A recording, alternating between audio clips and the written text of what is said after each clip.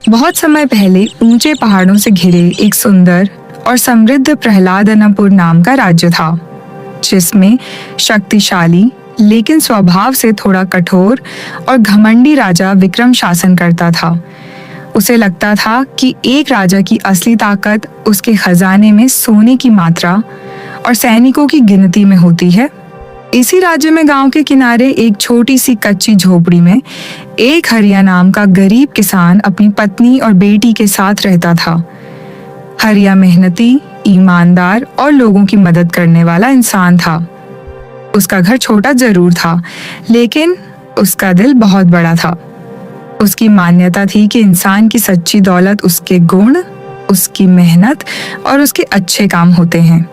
एक साल ऐसा आया जब बारिश ने जैसे उनसे मुंह फेर लिया हो। बादल आसमान में तो दिखते, पर पानी बरसता ही नहीं था। धीरे धीरे खेतों में दरारें पड़ने लगीं, पौधे सूखने लगे और मिट्टी भुरभुरी होकर हवा में उड़ने लगी। हरिया अपनी सूखी जमीन को देखता रहा और उसकी आंखें भर आईं।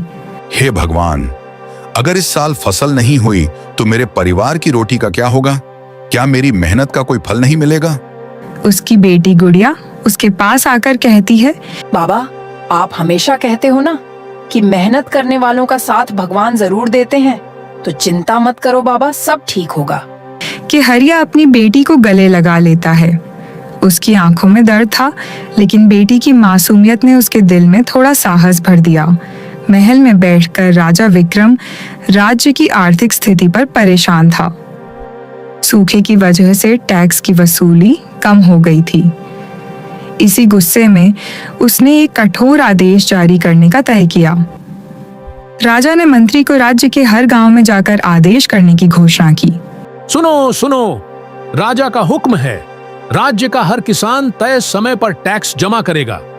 जो भी किसान टैक्स देने में देर करेगा या इनकार करेगा, उसकी खेती, खेत और जमीन बिना किसी बहाने के सीधे राज्य के अधीन कर ली जाएगी। यह आदेश तुरंत लागू होगा और इसका उल्लंघन करने वालों को कठोर सजा का सामना करना पड़ेगा। इस घोषणा से गांव में हड़कंप मच गया। हरिया के पास तो खाने के दाने मुश्किल से थे, टैक्स देने की क्या औकात। जब हरिया घर जाकर ये सारी बात उसकी पत्नी को बताता है, तो वो बहुत दुखी हो जाती है और कहती है कि हम आखिर टैक्स कहाँ से दें? हालात ऐसे हो गए हैं कि घर में 2 वक्त की रोटी जुटाना भी मुश्किल हो गया है। ऐसे में जब चूल्हा जलाना ही एक जंग बन जाए, तो राजा को टैक्स देने की बात हम जैसे लोगों के लिए किसी बोझ से कम नहीं लगती। ये सुनते ही हरिया का चेहरा उतर गया। उसकी आंखों में गहरी उदासी उतर आई और वह कुछ पल के लिए खामोश हो गया। मन ही मन वह सोचने लगा कि जब हालात इतने खराब हैं, तो इंसान अपने दुख किससे कहे। उसके चेहरे की लकीरों में मजबूरी साफ झलक रही थी और दिल में एक टीस सी उठ गई। एक दिन राजा शिकार पर निकला। वो रास्ते में जा ही रहा था, तब बीच में कीचड़ में रथ का पहिया फंस गया।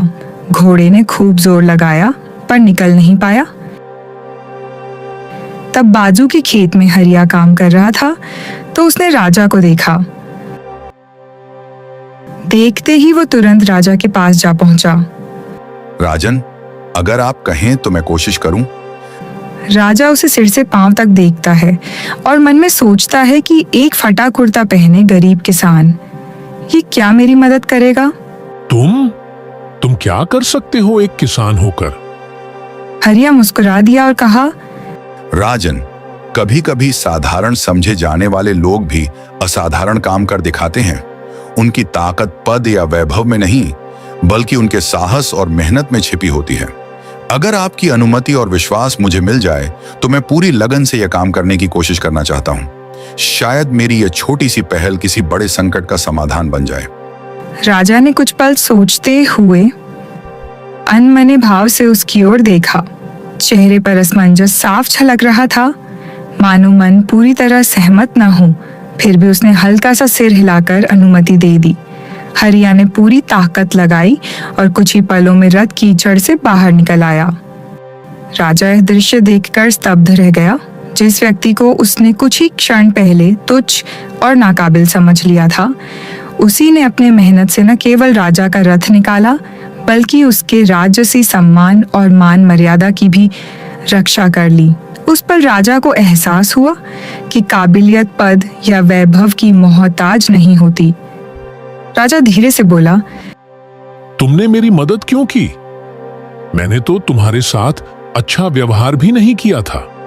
राजन, किसी की सहायता करने के लिए उसका अच्छा या बुरा होना मायने नहीं रखता। मुसीबत के समय इंसान को बस इंसान दिखाई देता है। मैंने जो किया वह कोई उपकार नहीं था, केवल अपना फर्ज निभाया है। मेरी माँ हमेशा कहा करती थी, दया में ऐसी ताकत होती है जो सबसे कठोर दिल को भी पिघला देती है। राजा कुछ देर तक उसे देखता रहा। पहली बार उसे एहसास हुआ कि असली ताकत सोने चांदी से नहीं बल्कि दिल से आती है। उस रात राजा की आंखों में नींद कोसों दूर थी। मन को किसी भी तरह चैन नहीं मिल रहा था। वह बार बार हरिया की बातें सोच रहा था। हरिया के शब्द उसके कानों में गूंज रहे थे और उसके सवाल राजा के दिल को भीतर तक झकझोर रहे थे। सुबह की पहली किरण जैसे ही धरती को छूने लगी, राजा ने अपने महल के भव्य वस्त्र उतार दिए। आज वह राजा नहीं बनना चाहता था। आज वह एक साधारण इंसान बनकर सच्चाई को देखना चाहता था। साधारण आम आदमी के कपड़े पहनकर, बिना सैनिकों के, बिना रथ के, वह अकेला ही गांव की पगडंडियों पर निकल पड़ा। कच्ची सड़कों पर चलते हुए उसे मिट्टी की खुशबू आ रही थी और हर कदम के साथ उसके मन में सवाल और गहरे होते जा रहे थे। राजा गांव में हरिया के घर पहुंचा। हरिया की पत्नी चूल्हे पर रोटी सेंकते हुए गुनगुना रही थी और हरिया खुद आंगन में बैठा था। राजा यह सब देखकर कुछ पल के लिए चुपचाप वहीं खड़ा रहा। उसका मन कह रहा था, इतनी गरीबी में भी इतनी खुशी कैसे? राजा हरिया के पास गया और हरिया से कहा कि तुम्हारे पास कुछ भी नहीं है। मैंने सोचा नहीं था कि तुम इतने गरीब होंगे, फिर भी तुम इतने खुश कैसे रहते हो? हरिया हंसते हुए बोला, राजन, खुशियां घर की चीजों में नहीं बल्कि इंसान के दिल की सोच और नजरिए में होती हैं। हमारे पास भले ही धन दौलत कम हो, बड़े घर या चमक दमक ना हो, लेकिन हम रोज मेहनत करते हैं, पसीना बहाते हैं और जो भी थोड़ा बहुत मिलता है उसे मिल बांट कर खाते हैं। एक दूसरे का सहारा बनना, दुख में साथ देना और सुख में मुस्कुरा लेना, यही हमारी असली कमाई है। इसी सादगी, संतोष और अपनापन में हमें सच्चा सुख मिलता है। यह सुनते ही राजा का दिल जैसे हिल गया हो। उसे पहली बार समझ आया कि उसके महल में हर चीज है, लेकिन असली शांति नहीं। हकीकत देखने और सुनने के बाद राजा तुरंत अपने महल वापस चला गया। राजा ने महल जाकर फिर से मूल वेश में आकर तुरंत मंत्री को बुलाया और कहा कि मैंने एक गरीब किसान से वो सीख ली जो मेरे बड़े बड़े गुरुओं ने मुझे कभी नहीं सिखाई। मैं तुमको आदेश देता हूं कि आज से कोई भी गरीब किसान सूखे में टैक्स नहीं देगा। मैं खुद उनके घर जाकर उनकी मदद करूंगा और सबसे पहले हरिया का खेत वापस किया जाए। मंत्री यह सुनकर स्तब्ध हो गया, क्योंकि अब उसे समझ में आया कि एक गरीब किसान ने राजा का दिल बदल दिया। कुछ दिनों बाद महल में बड़ा समारोह हुआ। हजारों लोग जमा थे। राजा ने हरिया को भी बुलाया था। हरिया भी आ गया। राजा मंच पर खड़ा हुआ और उसने हरिया का स्वागत किया। इस किसान ने मुझे दया, इंसानियत और सच्चाई का असली अर्थ सिखाया है। आज मैं इसे राज्य रत्न सम्मान प्रदान करता हूं। राजन, मैं तो बस अपना फर्ज निभा रहा था, आपने तो मेरा सम्मान बढ़ा दिया। उसके बाद राजा और हरिया कंधे से कंधा मिलाकर पूरे राज्य के किसानों की समस्याएं सुनने लगे। राजा दरबार में नहीं बल्कि खेतों और गांव की चौपालों में जाकर लोगों से बात करने लगा। हरिया किसानों की भाषा में उनकी तकलीफ समझाता और राजा तक पहुंचाता। कभी पानी की कमी का हल निकला तो कभी बीज और अनाज के नए नियम बने। राजा ने ऐसी योजनाएं बनाई जिनसे मेहनत का पूरा फल किसानों को मिलने लगा। धीरे धीरे खेत लहलहाने लगे, चेहरों पर मुस्कान लौट आई और पूरा राज्य फिर से खुशहाली से भर गया। गुड़िया मुस्कुराते हुए मासूम आवाज में बोली, बाबा, आपने कहा था ना कि जो लोग दिल से सच्चे और अच्छे होते हैं भगवान हमेशा उनका साथ देता है। आज अपनी आंखों से देख लिया, सच में वही हुआ। अच्छाई कभी हारती नहीं। हरिया मुस्कुराया और आसमान की तरफ देखा। राजा भावुक होकर मुस्कुराया और शांत स्वर में बोला, दया का जादू ही इस दुनिया की सबसे बड़ी ताकत है। जिसके दिल में करुणा है वही सच्चा राजा कहलाता है।